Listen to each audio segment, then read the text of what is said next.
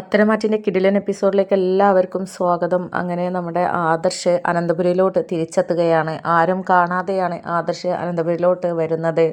ഇക്കാര്യം തൽക്കാലം ജലജയോ അഭിയോ നവ്യയോ ഒന്നും അറിയണ്ടെന്നാണ് എല്ലാവരുടെയും അഭിപ്രായം. അങ്ങനെ വളരെ സന്തോഷത്തോടു കൂടെ നയനയും ദേവയാനിയും ആദർശിനെ സ്വീകരിക്കുന്നുണ്ട്. പിന്നീട് ആദർശ് മുത്തശ്ശനെ കാണാൻ വേണ്ടിയിട്ട് പോവുകയാണ്. ആ സമയത്ത് മുത്തശ്ശൻ പറയുന്നുണ്ട്, തൽക്കാലം നീ ഇവിടെ വന്ന വിവരം ആരും അറിയണ്ട. നമുക്ക് ഇതിൻ്റെ പിന്നിൽ വലിയൊരു ചതിയുണ്ട്. ഇവിടെ നിന്നും ആളുകൾ കളിച്ചിട്ടുണ്ട്. കാരണം നീ പോയ വിവരം അപ്പം അവിടെ നീ എത്തുന്നതിന് മുമ്പ് തന്നെ അറിയുകയായിരുന്നു. അതുകൊണ്ടാണ് നിന്നെ അറസ്റ്റ് ചെയ്യാനുള്ള നീക്കങ്ങളൊക്കെ വളരെ പെട്ടെന്ന് തന്നെ നടന്നത്. അപ്പോൾ ഇവിടെ നിന്ന് കളിച്ചത് ആരാണെന്നുള്ളത് കണ്ടെത്തണം. എൻ ജ്വല്ലറീൻ്റെ ഉടമസ്ഥൻ ആരാണ്, അതിൻ്റെ മുതലാളി ആരാണ് എന്നുള്ളത് നിനക്കറിയാമോ എന്നൊക്കെ ചോദിക്കുമ്പോൾ ചെറിയൊരു അറിവ് എനിക്ക് കിട്ടിയിട്ടുണ്ട്. നാളെ എന്തായാലും അതിനെക്കുറിച്ച് ഞാൻ അന്വേഷിക്കുന്നുണ്ട് എന്നൊക്കെ പറയുന്നുണ്ട്. അപ്പോൾ ആ സമയത്ത് മുത്തശ്ശൻ പറയുന്നുണ്ട്, എന്തായാലും നീ പുറത്തിറങ്ങുമ്പോഴൊക്കെ ഇവിടെയുള്ള 4 കണ്ണുകളെ ശ്രദ്ധിക്കണം. അവർ കള്ളന്മാരാണ്. നീ വന്നത് കണ്ടുപിടിക്കാൻ വലിയ പ്രയാസമൊന്നും ഉണ്ടാവില്ല എന്നൊക്കെ പറയുമ്പോൾ അതൊക്കെ ഞാൻ ശ്രദ്ധിച്ചോളാം മുത്തശ്ശ എന്ന് പറയുകയാണ്. അങ്ങനെ പിന്നീട് നമ്മുടെ ആദർശ് നയനയുടെ അടുത്തോട്ട് പോവുകയാണ്. നയനയാണെങ്കിൽ സന്തോഷം കൊണ്ട് ആദർശിനെ കെട്ടിപ്പിടിക്കുകയും ഉമ്മവയ്ക്കുകയും ഒക്കെ ചെയ്യുന്നുണ്ട്. എന്നിട്ട് ഞാൻ എത്രത്തോളം പേടിച്ചു എന്നറിയാമോ, ആകെ ടെൻഷനായിപ്പോയി. കാരണം നമ്മുടെ നാട്ടിലാണെങ്കിൽ നന്ദുവും അവരൊക്കെ ഇടപെട്ടിട്ട് എന്തെങ്കിലും ചെയ്യാൻ പറ്റുമെന്നുള്ള ആ ഒരു ഇതായിരുന്നു. പക്ഷേ അവിടെ ആ നാട്ടിൽ ആര് രക്ഷിക്കാനുണ്ടാകും എന്നുള്ള ആ ഒരു പേടി എൻ്റെ ഉള്ളിൽ വല്ലാതെ ഉണ്ടായിരുന്നു. ഒരു നിമിഷം ഞാൻ മരിച്ചുപോയി എന്ന് വരെ ചിന്തിച്ചു പോയി എന്നൊക്കെ പറയുന്നുണ്ട്. അപ്പോൾ ആ സമയത്ത് ആദർശ് പറയുന്നുണ്ട്, ഇത്രയൊക്കെ ധൈര്യമുള്ളോ എൻ്റെ പൊണ്ടാട്ടിക്ക് എന്നൊക്കെ ചോദിക്കുന്നുണ്ട്. അപ്പോൾ ആ സമയത്ത് ആദർശേട്ടനാണ് എൻ്റെ ബലം, അതില്ലാതായി കഴിഞ്ഞാൽ പിന്നെ എൻ്റെ എല്ലാ ബലവും നഷ്ടപ്പെട്ടു എന്ന് പറയുകയാണ് ഞാൻ. അങ്ങനെ ഇവർ സംസാരിക്കുന്നതിൻ്റെ ആ ഒരു സൗണ്ട് നമ്മുടെ നവ്യ കേൾക്കുന്നുണ്ടായിരുന്നു.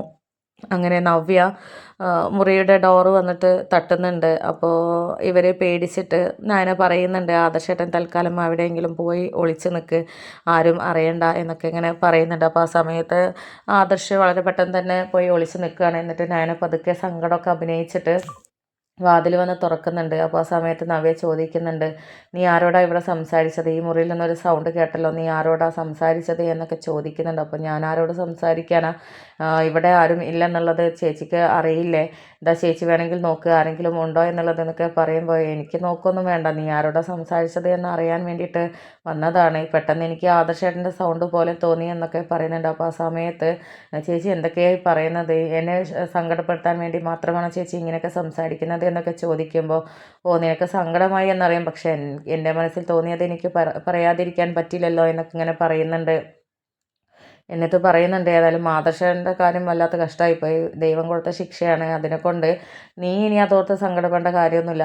അയാൾ അത്രയും വലിയ തെറ്റാണല്ലോ ചെയ്തിരിക്കുന്നത്. അതിനെക്കൊണ്ട് നിങ്ങൾ കണ്ണടച്ചത് കൊണ്ട് ദൈവം അയാളെ കണ്ണ് തുറന്ന് ശിക്ഷിച്ചതാണ് എന്നൊക്കെ പറയുന്നുണ്ട്. ഇതൊക്കെ ആദർശ് കേൾക്കുന്നുണ്ടായിരുന്നു.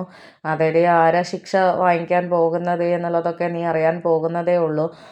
തൽക്കാലം നിന്നെ ആലോചിച്ചിട്ടായിരുന്നു ഞാൻ വെറുതെ വിട്ടത്. പക്ഷെ നിനക്കും അഹങ്കാരം കൂടി വരികയാണല്ലോ എന്നുള്ളതൊക്കെ ഇങ്ങനെ ആദർശം ഒളിഞ്ഞിരിക്കുന്ന ഒരു സമയത്ത് ഇങ്ങനെ ചിന്തിക്കുകയാണ്. അങ്ങനെ പിന്നീട് നീ ആരോടാ സംസാരിച്ചത്, നീ ആരൊക്കെയോട് സംസാരിച്ചിട്ടുണ്ട്, ആ സൗണ്ട് പോലെയാണ് എനിക്ക് തോന്നിയത് എന്നൊക്കെ പറയുമ്പോൾ, അത് പിന്നെ ഞാൻ ആദർശേട്ടൻ്റെ ഫോട്ടോ നോക്കിയിട്ട് ഓരോന്ന് പറയുകയായിരുന്നു, എൻ്റെ സങ്കടം എനിക്കൊന്ന് പറഞ്ഞ് തീർക്കണ്ടേ എന്നൊക്കെ പറയുന്നുണ്ട്. എന്നാൽ പിന്നെ നീ പറഞ്ഞു തീർത്തോ എന്നൊക്കെ പറഞ്ഞിട്ട് നവ്യ അവിടെ നിന്ന് പോവുകയാണ്.